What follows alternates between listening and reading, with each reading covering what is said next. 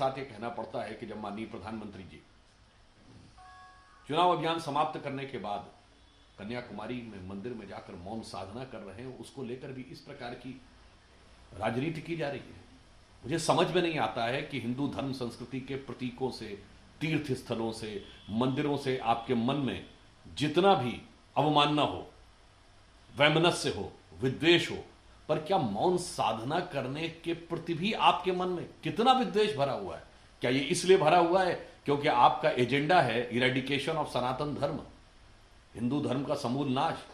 या इसलिए कि आपका अभियान है कि जो भारतीय संस्कृति या हिंदू धर्म में शक्ति है उससे आपको लड़ना है? बस यही अंतर है। माननीय प्रधानमंत्री जी देवी मां के मंदिर में जाकर शक्ति की आराधना कर रहे हैं और आपको न भारत का पता है न भारत के स्वरूप का पता है। जिस क्षण वो जाकर कन्याकुमारी के उस मंदिर में श्रद्धा से, शुद्ध अंतःकरण से देवी की आराधना करते हैं, तो उस क्षण कोई भी भारतीय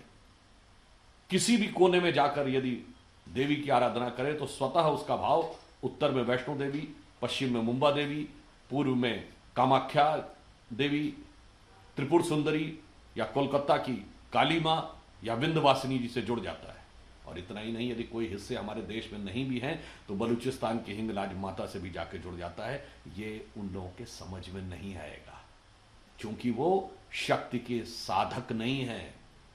वो शक्ति के बाधक हैं। वो उसके ऊपर आक्षेप करने के लिए, लड़ने के लिए खड़े हुए हैं। इसीलिए उन्हें यह समझ में नहीं आएगा कि माननीय प्रधानमंत्री जी उस विवेकानंद रॉक पे जाके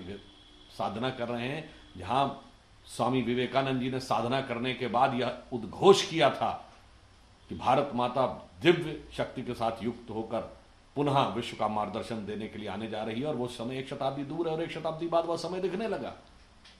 उन्हें समझ में नहीं आएगा क्योंकि उन्होंने तो वंदे मातरम से वो हिस्सा भी हटा दिया था जो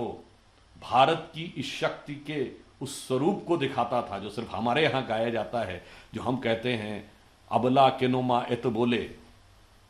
बहुते तुमिमा शक्ति, हृदय तुमिमा भक्ति, तुमि दुर्गा दश प्रहर धारणी, कमला कमल दल विहारणी। तो वो दुर्गा के रूप में कमल के ऊपर विराजमान मां है,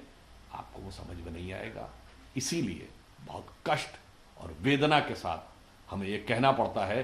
कि एक उस मौन तपस्वी राजनेता के, जिसने मोदी जी के रूप में अपने को यह आदर्श दिया कि यह तन समर्पित, मन समर्पित और यह जीवन समर्पित, चाहता हूं देश की धरती तुझे कुछ और भी दूं, और वो स्वयं बोल चुके हैं कि वो गाली प्रूफ हो चुके हैं। मगर मुझे लगता है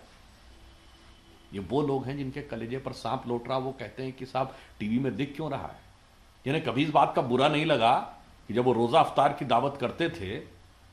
तो ना बुलाने वाला रोजादार होता था, न आने वाला रोजेदार होता था, न खाने वाला रोजेदार होता था, उसके बाद भी जम के प्रचार होता था।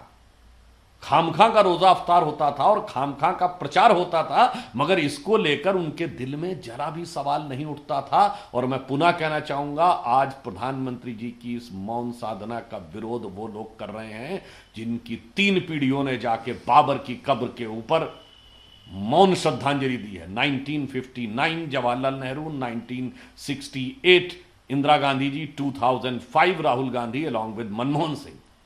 जिनको बाबर की कब्र पे जाकर सर झुकाकर श्रद्धांजलि देने में शर्म नहीं आई,